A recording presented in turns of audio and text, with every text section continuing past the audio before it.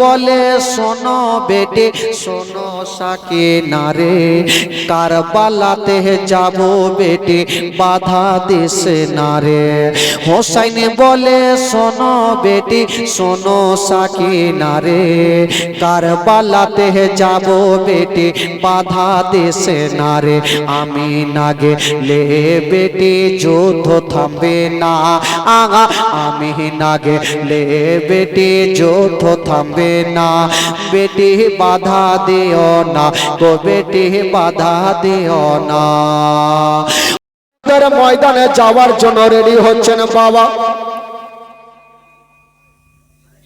দোয়া করার পরে যেন চলে আসলেন খেমার মধ্যে। যেমনই খেমার মধ্যে আসতে নাই, ওই সাকিনা দৌড় দিয়ে চলে আসলো বাপের কাছে। আব্বা গো, আব্বা গো, আমার দাদা হারিয়ে গেল আব্বা। জয়নাল আবেদিন চলে আসলেন। আব্বা গো, আব্বা গো, আমার ভাই হারিয়ে গেল আব্বা। বাবা গো, সাকিনা কাঁদতে কাঁদতে বাপের হাতখানা ধরেছে, একটা 7 বছরের বেটি সাকিনা। বাবা গো, 3 দিন থেকে যদি পানি পান না করে বলুন অবস্থা কি হয়। ওরে যুবকেরা, সাকিনার জন্য সহ্য করতে পারে না, বাপের হাতখানা ধরেছেন। আব্বা গো, আব্বা আমাকে মনে পিপাসিত লেগেছে আব্বা। আব্বা গো, যদি পারেন একটু পানির ব্যবস্থা করে দেন আব্বা। বাবা গো, ইমাম হোসেন বলেছিল মা, এই পানি আমি ব্যবস্থা কেমন করে করব মা। এই পানি পানি করে আমার আলী আসগার শহীদ হয়ে গেল, আলী একবার শহীদ হয়ে গেল। কথা চলছে বাবা, আব্বাস এসে দাঁড়িয়ে গেল। হুজুর, ওগো মা ফাতেমার বেটা, আমি সাকিনার কান্না দেখতে পারি না, জয়নাল আবেদিনের কান্না দেখতে পারি না। হুজুর, আমি এই যে একটা চামড়ার কলসি ঘাড়ে নিলাম, আমি যেমন করে হোক না কেন আমি সাকিনার জন্য পানি নিয়ে আসবো, জয়নাল আবেদিনের জন্য পানি নিয়ে আসবো। আমি সাকিনার কান্না দেখতে পারি না, জয়নাল আবেদিনের কান্না দেখতে পারি না, জাইনাবের কান্না দেখতে পারি না, উম্মে কুলসুমের কান্না দেখতে পারি না। ওই খিমার মধ্যে সবাই হাহাকার মেতে গেছে, সবাই হাহাকার মিটে গেছে। আব্বাস বলেন, ওগো মা ফাতেমার বেটা, আমি আর কাউরি কান্না দেখতে পারি না। সাকিনা পানির জন্য মাটিতে গড়াগড়ি দিচ্ছেন বাবা। ইমাম হোসেন টেনে বুকখানে লাগিয়েছে। মারি মা, তুমি কান্দিও না মা, আমি সব সহ্য করিব, তোমার চোখের পানি দেখতে পারবো না। জয়নাল আবেদিন জ্বরে জ্বালাতে বিছানাতে শুয়ে আছে, কাঁপতে কাঁপতে সে বাপের হাতখানা ধরেছেন। আব্বা গো, আব্বা গো, এবার আমি যাব যুদ্ধের ময়দানে। কত কথা বলবো বাবা, গায়ে এত জ্বর লেগে আছে, তবুও বলছেন আব্বা আমি যাব যুদ্ধের ময়দানে ইসলামকে বাঁচার জন্য। ইমাম হোসেন বলেছিল, না রে বেটা না, আমি তোমাকে কোনো মতে যেতে দেব না। আব্বাস বলেছিল, ওগো মা ফাতেমার বেটা, আমাকে হুকুম দেন, আমি যাব যুদ্ধের ময়দানে। ওরে যুবকেরা, আব্বাস বাবা দাঁড়িয়ে গেল ওই চামড়ার কলসি নিয়ে পানি আনার জন্য, হাতে তরবারি নিয়েছে। বাবা যুদ্ধের ময়দানে পৌঁছে গেল। বলে, ওরে ইয়াজিদের সৈন্যরা, তোরা নবী বংশের ছেলেদের জন্য তোরা পানি বন্ধ করে দিয়েছিস। মা গো, একটা ছোট ছোট বাচ্চারা বিনা পানিতে কেমন করে থাকবে মা। রমজান মাসে যখন আমরা রোজা করি, তখন দেখবেন বাবা গো, খাবার না খেলেও চলবে, শুধু পানি পান করলে মনটা শান্তি হবে, পানি খাবার ইচ্ছা করবে বাবা। 3 দিন থেকে বাচ্চা বাচ্চা ছেলেরা পানির জন্য কাঁদছে বাবা। ইমাম হোসেন বলেছিল, তোমরা চোখের পানি ফেলিও না। আব্বাস বাবা যুদ্ধের ময়দানে কে বলছে, ওরে ইয়াজিদের সৈন্যরা, আমি কলসি নিয়ে এসেছি, আজকে যেমন করে হোক ফোরাত নদীর পানি আমি সাকিনার জন্য নিয়ে যাব। আমি সাকিনার কান্না দেখতে পারি না, আমি জয়নাল আবেদিনের কান্না দেখতে পারি না, উম্মে কুলসুমের কান্না দেখতে পারি না, জাইনাবের কান্না দেখতে পারি না, হাসান ভাষণ বানুর কান্না দেখতে পারি না। বাবা গো, আব্বাস বলে দুলদুল রে, আমি যুদ্ধ করব না, আগে আমাকে ফোরাত নদীর ধারে নিয়ে চলো, আমি কলসিতে পানি নিয়ে যাব, আর আমার ওই সাকিনাকে দেব, জয়নাল আবেদিনকে দেব। ও যুবকেরা, বাবা গো, ওই আব্বাস জানো বাবা দুলদুলের লাগামটা টেনে দিয়েছে না, যেমনই টান দিতে নাই বাবা, সামনে দেখছেন 5,000 সৈন্যরা দাঁড়িয়ে আছে গো। আব্বাসের দুলদুল এত জোরে চলতে লাগলো বাবা, 22,000 সৈন্যর বুকের উপর দিয়া চিড়তে ফাড়তে গিয়া ফোরাত নদীতে চাভান করে নেমে গেল। যেমনই ফোরাত নদীতে নামতে নাই বাবা, মা গো, আব্বাস যেন সঙ্গে সঙ্গে ওই চামড়ার কলসিতে পানি ভর্তি করেছে, পানি ভর্তি করেছে। এই পানি আমি সাকিনাকে দেব, আমি পানি জয়নাল আবেদিনকে দেব। এক ঘরে পানি লটকায় নিয়া বাবা গো, এক ঘরে পানি লটকাইয়া নিয়েছেন বাবা, আর এক ঘরে হাতে একখানা হাতে তারওয়ারি।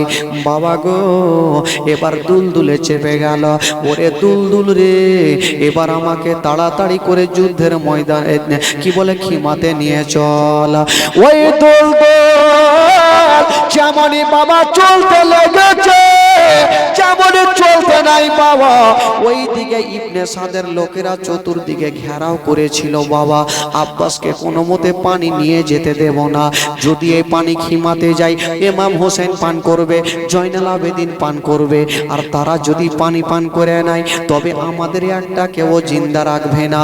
বাবা গো, যেমন করে হোক না কেন এই ফোরাত নদীর পানি নিয়ে যেতে দেব না। যেমনই আজ রাতে আব্বাস বাবা গো উঠতে নাই, চতুর্দিক থেকে জানো বাবা তীরের বর্ষণ শুরু হয়ে গেল। এত তীর চালাই, এত তীর চালাই বাবা, বাবা গো, হাতে লাগে পায়ে লাগে টেনে দেয় বাবা, পেটে লাগে টেনে দেয়, কত তীরের আঘাত সইবে বন্ধুরা। আব্বাসের হাতে ছিল তারওয়ারি খানা, ডান হাতে তারওয়ারি খানা, বাবা কাজে লাগিয়ে দিল। ওই তারওয়ারি খানা নিয়া বাবা গো, ইয়াজিদের সৈন্যরা যেই দিকে বেশি থাকে সেই দিকে ঘোড়া দৌড়িয়ে দেয়, আর বাবা গো শয়তানদের মুন্ড কেটে জাহান্নামে পৌঁছে দেয়। কথাই বলে বাবা, মারলে মার খেতে হয়, এক দুরাচার। বাবা একখানা সোজা বল্লম চালিয়ে দিল, ওই বল্লম খানায় এসে লাগবি তো লাগ। বাবা গো, আর কি বলে আব্বাসের হাতে লাগলো না, পায়ে লাগলো না, ওই বল্লম খানা সোজা এসে বাবা গো আব্বাসের যেন নাভিতে ঢুকে গেল। যেমনই ঢুকতে নাই বাবা, আব্বাস কেমন করে দাঁড়িয়ে থাকবে বন্ধুরা, তবুও ঘোড়া চালিয়ে চলে যাচ্ছে। আমি পানি নিয়ে খিমার মধ্যে যেতে হবে। যেমনই যেতে নাই বন্ধুরা, ইয়াগে দুরাচার একখানা বাবা তারওয়ারি চালিয়ে দিল। আর এত জোরে তারওয়ারি চালিয়েছে রে বাবা, ওই তারওয়ারি খানা গিয়ে লাগবে তো লাগ। আব্বাসের হাতে লাগলো না, ডান হাতে লাগলো না। বাবা গো, যেই হাতে চামড়ার কলসি খানা ছিল গো, ওই বাবা বাম হাতে লেগে গেল। আর যেমনই লেগে গেছে বন্ধুরা, বাম হাতটা কেটে যেন জমিনে পড়ে গেল। আর যে চামড়ার কলসিটা হাতে লটকায়া ছিল, নিয়ে বাবা ডান হাতে লটকায়া নিয়েছে। ওরে দুলদুলের আমার একখানা হাত কেটে গেছে, আমি তাড়াতাড়ি করে এক হাতে নিয়ে চল আমাকে, আমি খিমার মধ্যে যাব। বাবা গো, এবার দুলদুল যেন চলছে বাবা। আর আগে দুরাচার ইয়াখানা বাবা ওই তারওয়ারি চালিয়ে দিল। আবার যেমনই তারওয়ারি চালিয়েছেন বাবা, আবার ডান হাতে পড়ে গেল, ডান হাতটা কেটে যেন জমিনে পড়ে গেছে। এবার চামড়ার কলসিটা রাখবে কোথায়, সঙ্গে সঙ্গে দাঁতে লটকায়া নিয়েছে। আল্লাহ গো, আমি কে পানি খিমাতে নিয়ে যেতে পারবো না, আলিয়াসগার কি বলা ওই জয়নাল আবেদিনকে কি পানি দিতে পারবো না, সাকিনাকে কি পানি দিতে পারবো না। বাবা গো, যেমনই দাঁতে লটকাইয়া নিয়েছে মা, আর এক দুরাচার বাবা বল্লম চালিয়ে দিল। যেমনই বল্লম চালিয়েছে বাবা, ওই বল্লম খানা গিয়ে লাগবি তো লাগ।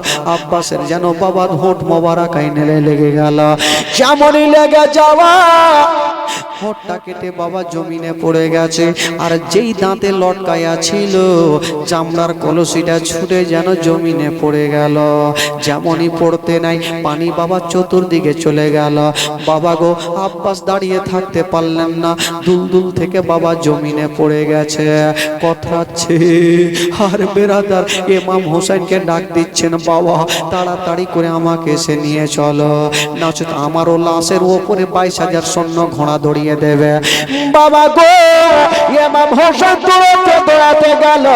আর যেমনই যেতে নাই বাবা গো আব্বাসের লাশখানাকে বডিখানাকে নিয়ে এখন পর্যন্ত আব্বাসের রুহু যায়নি বাবা, ওই অবস্থায় তাকে নিয়ে গেল। যেমনই যেতে নাই খিমাতে একবার ইমাম হোসেনের দিকে তাকিয়ে দেখেছেন বাবা, আর উনারও দেহ থেকে রুহ পারওয়াজ হয়ে গেল। সকলে পড়ুন ইন্না লিল্লাহি ওয়া ইন্না ইলাইহি রাজিউন। বাবা গো একের পর এক তো সবাই শহীদ হয়ে গেল, আর কেউ নাই বাবা। এবার ইমাম হোসেন একাই যাবে যুদ্ধের ময়দানে। ওরে যুবকেরা আজকে শুনে যাবেন সেই ইমাম হোসেনের ঘটনা। ইমান তাজা হয়ে যাবে বাবা গো, যে ইমাম হোসেন কেমন করে যুদ্ধের ময়দানে গিয়েছিলেন। ইমাম হোসেন দেখলো আমি বেটাকে হারালাম, ভাতিজাকে হারালাম, আমি তো সবাইকে হারিয়ে দিলাম, এবার আমি ছাড়া কেউ নাই, আমি যাব সেই যুদ্ধের ময়দানে। বাবা গো ইমাম হোসেন এবার মাথায় পাগড়ি খানা বাঁধছেন বাবা যুদ্ধের ময়দানে যাওয়ার জন্য। যেমনই বাবা মাথায় পাগড়ি খানা বাঁধছেন গো, 7 বছরের বেটি সাকিনা কানতে কানতে বাপের হাতখানা ধরেছেন। আব্বা গো আব্বা গো আপনি কোথায় যাবেন আব্বা? বললো বেটি সাকিনা রে আমি যাব সে যুদ্ধের ময়দানে। 7 বছরের সাকিনা, বাবা গো বলুন সেদিন মেয়েটার অবস্থা কি হয়েছিল? 7 বছরের বেটি সাকিনা বাপের হাতখানা ধরে টুকরে টুকরে কাঁদে। আজকাল যদি কোনো বাপের হাতখানা ছোট বেটি ধরে কান্দে, বলুন বাপের দিলখানা ফাটবে কিনা, বাপের কলেজা খানা ফাটবে কিনা? বাবা গো ইমাম হোসেনের হাতখানা ধরেছেন। আব্বা গো আব্বা গো আমি তোমাকে যেতে দেব না আব্বা। বলো কেন রে বা? বলো এই জন্য দেব না, ওই যুদ্ধের ময়দানে যে গেল ফিরে এলো না। আব্বা গো আমি তোমাকে যেতে দেব না আব্বা। ইমাম হোসেন বলেছিল সাকিনা আমাকে যেতে হবে রে মা যুদ্ধের ময়দানে, আমি যতক্ষণ যাব না ততক্ষণ যুদ্ধের ময়দানে যুদ্ধ থামবে না মা, আমি যাব যুদ্ধের ময়দানে। বাপ যখন মানে না, সাকিনা 7 বছরের বেটি বাবা গো চোখের পানি ফেলতে ফেলতে খিমাতে চলে গেল। সেদিন কত কেঁদেছিল বাবা, বাচ্চা বাচ্চা মেয়েরা ঝরঝর করে কেঁদেছিল খিমার ভিতরে। বাবা গো জাইনাব টেনে বুকে লাগিয়েছে, ওরে সাকিনা রে আর কান্দিও না, আর কান্দিও না। কুলসুম বলছে আর কান্দিও না, তোমার কান্না দেখা যায় না। বাবা গো ওই সাকিনা বাবা গো হুলকুমে পানি নাই, আর এই অবস্থায় বাবা কাঁদতে আরম্ভ করেছে। চাই না বুক কানে পড়ে দিয়া বাবা গো গালে বুকে চুমা কাছে মা, কিন্তু বাবারা ওই যে 10ই মুহররমের দিনে, মহরমের দিনে শুক্রবারের দিনে বাবা গো ইমাম হোসেন যুদ্ধের ময়দানে যাবে।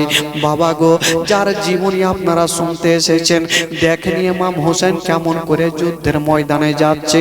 বাবা গো ও গো মা বোনেরা, ইমাম হোসেন যেমনই বাবা পাগড়ি খানা বেঁধে নিয়া দুলদুলকে রেডি করছেন।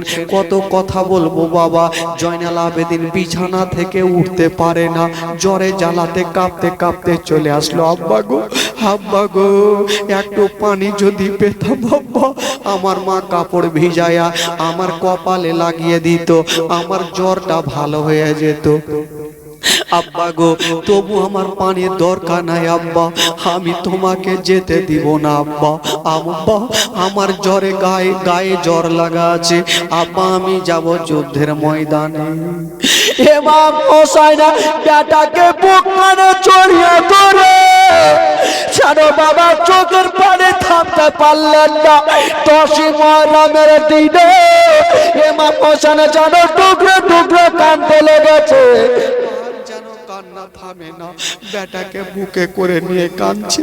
ওরে বেটা জয়নাল আবেদিন রে, তোমার গায়ে এত জ্বর লেগে আছে বেটা, আমি তোমাকে যেতে দেব না বেটা। বেটা মানবে না, আর ইমাম হোসেন বিদায় দেবে না। বলছে বেটা রে তুমি যদি চলে যাও বেটা, হোসাইনি সিলসিলা মিটে যাবে বেটা, তোমাকে বেঁচে থাকতে হবে বেটা। ইমাম হোসেন বাবা গো সবার কাছ থেকে ক্ষমা নিচ্ছে না বাবা, সবাইকে ক্ষমা করে দিয়া, সবাইকে ক্ষমা করে দিয়ে ইমাম হোসেন যেমনই বাবা দুলদুলে চেপে গেছে। ওরে যুবকেরা, ইমাম হোসেন যেমনই দুলদুলের লাগামটা টান দিয়েছেন বাবা, ওই দুলদুল যেন পাথরের মতো দাঁড়িয়ে গেল, ওই দুলদুল পাথরের মতো দাঁড়িয়ে গেল। ইমাম হোসেন বলছে ওরে দুলদুল তুও কি নারাজ হয়ে গেলি রে, তুই কেন চলিস না রে, তাড়াতাড়ি করে আমাকে যুদ্ধের ময়দানে নিয়ে চল। মা গো ওই দুলদুল কেন দাঁড়িয়ে গেছে না বন্ধুরা, ওই দুলদুল কেন চলে না? ইমাম হোসেন যদি আগুনে চাপ দিতে বলে দুলদুল আগুনে ঝাঁপিয়ে যাবে, যদি পানিতে ঝাঁপ দিতে বলে দুলদুল ঝাঁপিয়ে যাবে। আজকে কেন দুলদুল চলে না বাবা গো, এই জন্য চলে না, ইমাম হোসেন লাগামটা টান দিচ্ছেন বাবা, আর ওই দুলদুলের জোড়া পা 7 বছরের বেটি সাকিনা কাঁদতে কাঁদতে সে জড়িয়ে ধরে ফেলেছে। ওরে দুলদুলের আমার আব্বাকে নিয়ে যেও না, আমার আব্বাকে নিয়ে যেও না। ইমাম হোসেন কারবালা যায় ঘোড়ার ওপর চড়ে, আরে মা সাকিনা পড়ে আছে ঘোড়ার পা ধরে।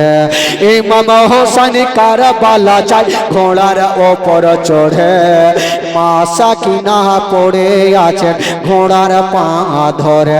এতই করে বুঝাইয়া বা হৃদয় মানে না, আঘা এতই করে বুঝাইয়া বা হৃদয় মানে না। আব্বা ছেড়ে যেও না গো, আব্বা রেখে যেও না। ওই সাকিনা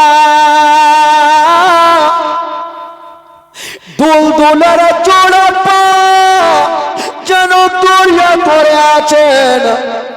বলছে দুলদুল রে আমার আব্বা জানকে নিয়ে যেও না। ওরে দুলদুল রে আমার আব্বা জানকে যদি নিয়ে যাও আমার আব্বা যেন ঘুরে আসবে না। আব্বা যদি না থাকে আমাদের সারা জীবন অন্ধকার হয়ে যাবে। দুলদুলকে বলছে দুলদুল রে আমার আব্বাকে নিষেধ করেছি আমার আব্বা যাবে, তবে তোমাকে বলি রে দুলদুল তুমি আমার আব্বাকে নিয়ে যেও না। আর দুলদুলি একটা কথা শুনে নাও, যদি তুমি আমার আব্বাকে নিয়ে যাও তবে আমার বুকের ওপরে পা রেখে যাও। আমিও বাঁচতে চাই না, আমি আব্বা ছাড়া থাকতে পারবো না। ওই 7 বছরের সাকিনা যেন দুলদুলের পা ধরে আছে, দুলদুলি এক কদম আগে বাড়ে না। ইমাম হোসেন চলতে বলছে আর দুলদুল বা সাকিনা নিষেধ করছে। ওই দুলদুল বলছেন আল্লাহ আমি কেমন করে চলবো আল্লাহ, আমি এখন চলতে পারবো না। আমি যদি এক কদম আগে বাড়াই তবে সাকিনার বুকের ওপরে পা চেপে যাবে, সাকিনা বাঁচবে না। ওই 7 বছরের বেটির সাকিনার ওপরে যদি পা চাপাই তবে সাকিনার বাঁচবে না। আমি এত বড় কাম করতে পারবো না। আমার মালিক যদি আমাকে চাবুক মারতে মারতে মেরেও ফেলে দেয় তবু আমি এক কদম চলবো না। আল্লাহ গো, আজকে আমার জবান খানা খুলে দাও আল্লাহ, আমি যেন মা ফাতেমার বেটার সঙ্গে কথা বলতে পারি। বাবা গো, ওই আল্লাহ পাক ওই বাবা গো ওই দুলদুলের জবান খানা খুলে দিয়েছে। আর যেমনই জবান খানা খুলেছেন বাবা দুলদুল বলছেন, ও গো মা ফাতেমার বেটা হোসাইন, আমাকে পানিতে যদি ঝাঁপ দিতে বলেন আমি পানিতে পড়ে যাব, আগুনে ঝাঁপ দিতে বললে আমি আগুনে লাফিয়ে যাব, কিন্তু এখন কেন চলি না হুজুর? আপনি আমাকে চলতে বলছেন, একবার আমার পায়ের দিকে তাকিয়ে দেখুন আমি চলবো কেমন করে। মা গো, যেমন ইমাম হোসাইন নিচের দিকে তাকিয়ে দেখেছেন বাবা ওই ধুলার মধ্যে সাকিনা পড়ে আছে, আর বাবা পিছনের জোড়া পা বুকখানে জড়িয়ে ধরে আছে, আর কাঁদছে, চোখটা বন্ধ করেছে, আর বলছে দুলদুল রে আমার আব্বা জানকে নিয়ে যেও না, আমার আব্বা জানকে নিয়ে যেও না। ইমাম হোসাইন বেটিকে দেখার পরে দাঁড়িয়ে থাকলেন না, বাবা দুলদুল থেকে চট করে নিচে নেমে বেটিকে টেনে বুকখানে লাগিয়ে নিয়েছে। যেমনই বাবা গো বেটিকে বুকখানে জড়িয়ে ধরে সান্ত্বনা দিচ্ছেন বেটি সাকিনা রে। বেটি সাকিনা, চোখের পানি ফেলিস না রে মা। সাকিনা বলছেন, আব্বা গো, আব্বা আমি কিছুই বুঝি না আব্বা, আমি তোমাকে যেতে দেব না আব্বা। আব্বা যদি তুমি না থাকো আমি কাকে আব্বা বলে ডাকবো? বাপ যার নাই তার দুনিয়াতে কিছুই নাই। বাবা দেখবেন আমাদের সমাজে যেটা ঘটে, বাবা যদি দিল্লি বোম্বাইয়ে থাকে আর যদি আসার টাইম হয়ে যায় ওই বেটি রাস্তার ধারে দাঁড়িয়ে দাঁড়িয়ে শুধু বাপের অপেক্ষা করবে। আমার আব্বা আমার জন্য জামা নিয়ে আসবে, আমার আব্বা আমার জন্য খাবার নিয়ে আসবে। ওই বেটিরা বাপের ওপরে বাবা ময়া করে দাঁড়িয়ে থাকে। বাবা গো, সাকিনা বলছেন, আব্বা গো আপনি চলে যাবেন আব্বা, আমি কাকে আব্বা বলে ডাকবো? ও গো মা, ওই সাকিনার কান্না দেখে ইমাম হোসেন বাবা বেটিকে বুকখানে জড়িয়ে ধরেছে।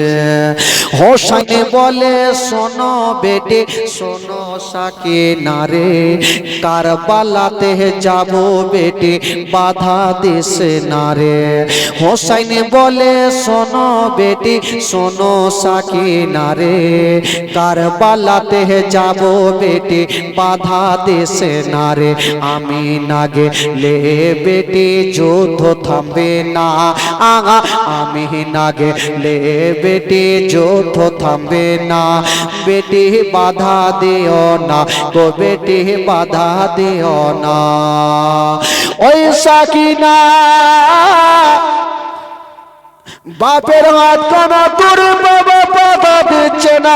ইমাম হোসেন বলেছিল, মা তুমি আমাকে বাধা দিও না মা, আমাকে পারমিশন দাও মা, আমাকে যুদ্ধের ময়দানে যেতে দাও মা।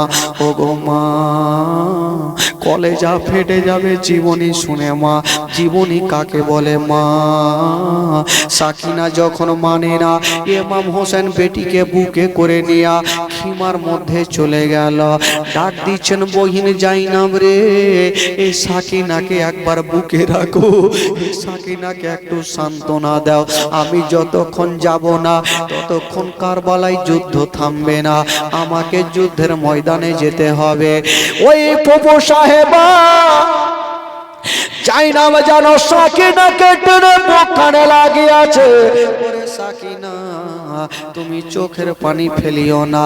জাইনাব বাবা ওই 7 বছরের বেটি সাকিনাকে যেমনই বুকখানে ভরেছেন বাবা, সাকিনা বলছেন ওগো ফুফুজান, আমার আব্বা যদি চলে যায় জানি না হয়তো ঘুরে আসবে কি আসবে না। ইমাম হোসেন বলেছিল ওরে বহিন জাইনাব রে, এই সাকিনাকে আমি তোমার কাছে রেখে গেলাম, এই সাকিনাকে তোমার কাছে রেখে গেলাম, এই সাকিনাকে কষ্ট দিও না, সাকিনাকে দুঃখ দিও না। কিন্তু বেরাদার ইমাম হোসেন যাওয়ার পরে সব থেকে সাকিনার বেশি কষ্ট হয়েছিল। কেমন কষ্ট হয়েছিল মা শুনলে মা নিজের জীবনটাকে থামতে পারবেন না, কলেজা ফেটে যাবে মা গো। ওই সাকিনা সাকিনাকে বাবা গো জাইনাবের হাওয়ালা করে দিয়া ইমাম হোসেন বাবা গো যুদ্ধের ময়দানে যাওয়ার জন্য বাবা দুলদুলে চেপে গেল। যেমনই দুলদুলে চেপে গেছে, দুলদুলের লাগামটা টেনে দিয়েছেন, যেমনই দুলদুলের লাগামটা টেনে দিয়েছেন বাবা, ওই দুলদুল যেন দেরি করলো না, ওই দুলদুল যেন ছুটতে আরম্ভ করেছে। বাবা গো হাতে ছিল তরবারি খানা নিয়ে বাবা যুদ্ধের ময়দানে পৌঁছে গেল। 10ই মুহররমের দিনে ইমাম হোসেন যখন যুদ্ধের ময়দানে যাওয়া বাবা গো, ওইদিকে যেন বন্ধুগণ বাবা ইমাম হোসেন রাদিয়াল্লাহু তাআলা আনহু যেমনই বাবা ওই যুদ্ধের ময়দানে যাওয়া, সঙ্গে সঙ্গে ইয়াজিদের সৈন্যরা ইবনে সাদ বলল ওরে তোরা কে আছিস রে? এবার ইমাম হোসেন চলে এসেছে, ইমাম হোসেনকে ছেড়ে দেওয়া যাবে না, ইমাম হোসেনকে ছেড়ে দেওয়া যাবে না। ইমাম হোসেন বলল ওরে ইয়াজিদের সৈন্যরা একটু দাঁড়িয়ে যাও, দাঁড়িয়ে যাও, আমি তোমাদের সঙ্গে যুদ্ধ করব না, আমি যুদ্ধ যদি করি তবে যুদ্ধ করার আগে আমি তোমাদের সামনে কিছু বক্তব্য রাখবো রে। ইমাম হোসেন 10ই মুহররমের দিনে বক্তব্য কি দিয়েছিলেন বাবা? ইমাম হোসেন বলেছিল ওরে ইয়াজিদের সৈন্যরা তোমরা কি জানো না আমি হলাম বিশ্ব নবীর নাতি রে, ওই নবীর নাতির সঙ্গে তোমরা যুদ্ধ করবে কেমন করে? তোমরা কি জানো না যেই নবীর কলেমা পড়ে তোমরা মুসলমান হয়েছ, ওই নবীর নাতির সঙ্গে যুদ্ধ করবে কেমন করে? বাবা গো এই কথা বলতে নাই বন্ধুরা, ইয়াজিদের সৈন্যরা যারা যারা বসেছিল বাবা কিছু কিছু লোকের চোখ দিয়ে যেন পানি ঝরতে লাগলো। তারা বলল ঠিকই তো কথা, যেই নবীর কলেমা পড়েছি ওই নবীর নাতির গলাতে কেমন করে ছোরা চালাবো। বাবা তারা কাঁদতে আরম্ভ করেছে। যখন তারা কান্দে দূর থেকে সীমার পাপি ভাবলো হোসেন যদি এরকম বক্তব্য দেয় তবে যত লোকজন থাকবে সবাই হোসেনকে মানবে, ইয়াজিদকে মানবে না। তখন বলেছিল ওগো মা ফাতেমার বেটা হোসেন, তুমি জান বাঁচার জন্য বক্তব্য দিও না, ওই ইয়াজিদের হাতে হাত দিয়ে মুরিদ হয়ে যাও, নচেত যুদ্ধের জন্য তৈরি হয়ে যাও। ইমাম হোসেন বলেছিল ওরে ইয়াজিদের সৈন্যরা আমি জান বাঁচার জন্য বক্তব্য দিই না, আমি জান বাঁচার জন্য বক্তব্য দিই না, আমি এই জন্য বক্তব্য দিচ্ছি রে, কাল হাসরের মাঠে আমার নানার সামনে যেন তোমরা বলতে না পারো হোসেন যদি আমাদের বুঝাতো তবে হোসেনের হাতে হাত দিয়ে মুরিদ হয়ে যেতাম, আমরা ইয়াজিদকে মানতাম না। এই জন্য এই কথাটা তোমরা বলতে না পারো তার জন্য তোমাদের বুঝিয়ে দিচ্ছি রে। তারা বলল আমরা কিছুই বুঝি না, আমরা হোসেনকে পানি দেব না। ইমাম হোসেন বলল ঠিক আছে যখন তোরা পানি দেবে না বাবা গো এই কথা বলতে নাই।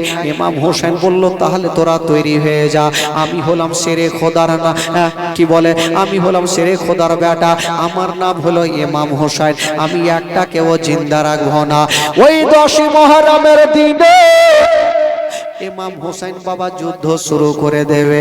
বাবা গো যুদ্ধ করবে ওরে যুবকেরা, ওগো আমার মা বোনেরা, ইমাম হোসেন যেমনই বাবা এই কথা বলতে নাই ওই যুদ্ধের ময়দানে যুদ্ধ শুরু হয়ে গেল। যেমনই বন্ধুরা ওগো বাবা ওগো মা যুদ্ধ শুরু হয়ে গেছে মা, যুদ্ধ চলছে বাবা। ইমাম হোসেনের হাতে ছিল তরবারি খানা, বাবা গো কাজে লাগিয়ে দিল। একদিকে 22,000 সৈন্য আর একদিকে ইমাম হোসেন একাই। বাবা যুদ্ধ শুরু করে দিয়েছে, দুশমনদের মাথাকে কাটতে আরম্ভ করেছে। ইমাম হোসেনের সামনে কেউ টিকতে পারে না। ইমাম হোসেন বলেছিল, ওরে ইয়াজিদের সৈন্যরা, আমি একটাকেও জিন্দা রাখবো না। যুদ্ধ করতে করতে হঠাৎ করে ইমাম হোসেন ফোরাত নদীকে দেখে নিল আর বলল, ওরে ফোরাত নদীরে, ওরে ইয়াজিদের সৈন্যরা, আমি এখনই যাব ইমাম হোসেন ফোরাত নদীর পানি পান করব। কে এমন মায়ের দুগ্ধ পান করেছিস, আমাকে বাধা দিয়ে দেখা। বাবা গো বলে, ওরে দুলদুল রে, দেরি করো না, তাড়াতাড়ি করে আমাকে ফোরাত নদীতে নিয়ে চলো। বাবা গো দুলদুল, বাবা পিছনে দেখলো, সামনে দেখলো, ডানে দেখলো, বামে দেখলো, সামনে দেখছেন 22,000 সৈন্য। ওই দুলদুল বাবা 22,000 সৈন্যর বুকের ওপর দিয়া চিড়তে ফাড়তে গিয়া ফোরাত নদীতে বাবা নেমে গেল। যেমনই নেমে যাওয়া বাবা ইমাম হোসেন জানো এক চুল্লু পানি নিয়েছে পানি পান করার জন্য। যেমনই পানি নিয়েছেন বন্ধুরা, ইমাম হোসেন যেমনই মুখে পানি দিতে যাবে, বাবা গো আলী আসকারের কবরখানা দেখে নিল, আউনো মোহাম্মদের কবরখানা দেখে নিল, আব্বাসের কবরখানা দেখে নিল। বাবা গো আলী আকবরের কবরখানা দেখে নিল। ইমাম হোসেন তখন বলেছিল, ওরে পানি রে, এই পানি পানি করে আমার আলী আসকার শহীদ হয়ে গেছে, আউনো মোহাম্মদ শহীদ হয়ে গেছে, মোহাম্মদ ইব্রাহিম শহীদ হয়ে গেছে। ওরে পানি রে, আমিও তোকে পান করব না। বাবা গো ফোরাত নদীর পানি ফোরাতে ফেলে দিল। ইমাম হোসেন দুলদুলে চেপে গেল, আমাকে যুদ্ধের ময়দানে নিয়ে চলো। যেমনই বাবা গো যুদ্ধের ময়দানে যেতে নাই, ওই দিকে ইয়াজিদের সৈন্যরা তারা ভাবছে হোসেন হয়তো পানি পান করেছে, হোসেনের শক্তি চলে এসেছে, এবার তোমরা তৈরি হয়ে যাও, তোমরা তৈরি হয়ে যাও। সবাই রেডি হয়ে গেছে। বাবা গো বল্লভ ফারসা নিয়ে রেডি হয়ে গেছে। ইমাম হোসেন খোদার কসম এক চুল্লো পানি পান করে না। বাবা গো যুদ্ধ শুরু হয়ে গেছে। ইমাম হোসেনের হাতে ছিল তরবারি খাদা, বাবা গো কলার গাছের মতো ঝুড়তে আরম্ভ করেছে। ইমাম হোসেনের সামনে কেউ টিকতে পারে না। এক দুরাচারে একখানা তীর চালিয়ে দিল। ওই তীরখানায় এসে লাগবি তো লাগ, ইমাম হোসেনের হাতে লাগলো না, পায়ে লাগলো না। ওই তীরখানায় এসে ইমাম হোসেনের কপালে লেগে গেল। যেমনই কপালে লেগে গেছে, বাবা গো কপাল দিয়ে রক্ত শুরু হয়ে গেল। ইমাম হোসেন দুলদুলে থাকতে পারলেন না, বাবা গো জমিনে পড়ে গেল, মাটিতে শুয়ে গেছে। যেমনই শুয়ে গেছে, তিনটা লোক দৌড়াতে দৌড়াতে গিয়া ইমাম হোসেনের যেন ওপরে চেপে গেল। একজন চেপেছে পায়ের ওপরে, আর একজন চেপেছে জাঙের ওপরে, আর একজন চেপেছে সিনার ওপরে। বাবা গো একটা লোকের ওপরে যদি তিনটা লোক চাপে, বলুন বাবা সেই লোকটার অবস্থা কি হতে পারে? ইমাম হোসেন বলল, ওরে তোরা কে আছিস রে, আমার উপরে তোরা কেন চেপেছিস বল? ইমাম হোসেন বলেছিল, তোমরা তো তিনজন আমার সিনাতে চেপেছো, আচ্ছা বলো আমার গলাটা কে কাটবে? বাবা গো যেই লোকটা সিনাতে চেপেছিল ওই লোকটা বলল, গো মা ফাতেমার বেটা হোসেন, আমি ছাড়া তোমার গলা কেউই কাটতে পারবে না। যেই লোকটা সিনাতে চেপেছিল ওই লোকটার নাম কি ছিল বাবা? ওই লোকটার নাম ছিল সীমার পাপি। বাবা গো সীমার পাপি বলল, গো মা ফাতেমার বেটা হোসেন, আমি ছাড়া তোমার গলা কেউই কাটতে পারবে না। ইমাম হোসেন বলল, যখন তুমি চ্যালেঞ্জ করেছো, তবে তোমার সিনার বুটামটা একবার খোলো, আমি তোমার সিনার বুটামটা দেখতে চাই। কেন সিনার বুটামটা খুলবে? আমার নবীজি বলেছিল, আমার ছোট্ট নাতি, তোমার গলা ওই ব্যক্তি কাটতে পারবে যার সিনাতে একটা লম্বা শিগগিরি দাগ থাকবে। ভাই যখন তুমি চ্যালেঞ্জ করছো, তবে তোমার সিনার বুটামটা একবার খোলো। যেমনই খুলেছে বাবা, দেখছে লম্বা করে একটা শিগগিরি দাগ আছে। ইমাম হোসেন বলেছিল, ঠিক বলেছো, তুমি ছাড়া ছাড়া আমার গলা কেউই কাটতে পারবে না। তবে সীমা রে, আচ্ছা বলো এখন টাইম কতটা হয়েছে? এখন ঘড়ির টাইম কেমন কটা হয়েছে? তখন তো ঘড়ি ছিল না। সীমার পাপি বাবা কানটা খাড়া করেছে, দেখছে কুফার জুমা মসজিদে জুমার আজান হচ্ছে, শুক্রবারের দিনে জুমার আজান হচ্ছে। 10 মহরম দিনে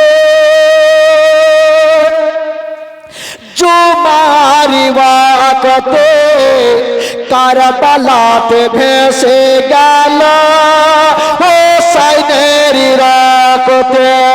জোরে বলুন সুবহানাল্লাহ।